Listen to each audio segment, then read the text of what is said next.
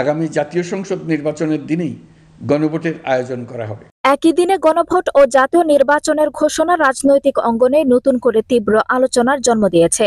যুগপৎ আন্দোলনে থাকা ৮ দল এই সিদ্ধান্তকে অযৌক্তিক, অস্বস্তিকর ও জাতির জন্য ক্ষতিকর আখ্যা দিয়ে এর অবিলম্বে প্রত্যাহার দাবি করেছে।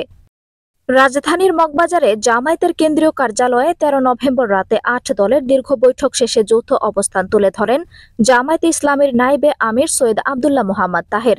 তিনি বলেন, আজকের দুদফা বৈঠকের পর আমরা স্পষ্ট হয়েছি, প্রধান উপদেষ্টার ভাষণ জাতির প্রত্যাশিত স্বস্তি এনে দিতে পারেনি, বরং নির্বাচনী প্রস্তুতি ও সংস্কার নিয়ে নতুন জটিলতা সৃষ্টি করেছে। তাহের অভিযোগ করেন, সংস্কার ইস্যুতে বিএনপির ভিন্নমুখী মন্তব্যে জনমনে বিভ্রান্তি তৈরি হয়েছে। কেউ বলছেন সংস্কার কমিশন প্রতারণা করেছে, কেউ চান জুলাই সনদ সহ গণভোট একসাথে অনুষ্ঠিত হোক, আবার কেউ দাবি করছেন সংস্কারের প্রয়োজন নেই। এই বৈপরীত্যের কারণে সংস্কার এখন মানুষের কাছে অস্পষ্ট হয়ে দাঁড়িয়েছে। তিনি বলেন, সংস্কার ও নির্বাচন অবিচ্ছেদ্য।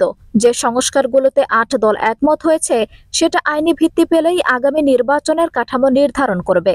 বিশেষ করে পিআর পদ্ধতি, যা উচ্চকক্ষে অধিকাংশ দল সমর্থন করলেও বিএনপি ছিল এর বিরোধী।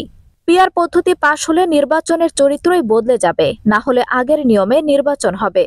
আর তাই গণভোট নির্বাচন আগে হওয়া অপরিহার্য, যাতে জনগণ কোন সংস্কার গ্রহণ করছে তা স্পষ্ট হয়। একই দিনে গণভোট নির্বাচনের যুক্তিকে তাহের ঠুনকো বলে মন্তব্য করেন। তার ভাষায়, অল্প কিছু অর্থ বাঁচানোর জন্য জাতির ভবিষ্যৎকে ঝুঁকিতে ফেলা যায় না। যেমন কোনো কিছু জন্ম নেওয়ার আগেই তার নামকরণ করা অযৌক্তিক, তেমনি সংস্কার স্পষ্ট না করেই নির্বাচন ঘোষণা করাও অবিবেচনাপ্রসূত। জুলাই সনদ জারি করায় প্রধান উপদেষ্টাকে ধন্যবাদ জানালেও তাহের বলেন, এটি আরও আগেই করা দরকার ছিল। বিলম্বে সংকট বেড়েছে, আলোচনার পথ সংকুচিত হয়েছে। আঞ্জুম হক আরবি, নাগরিক প্রতিদিন।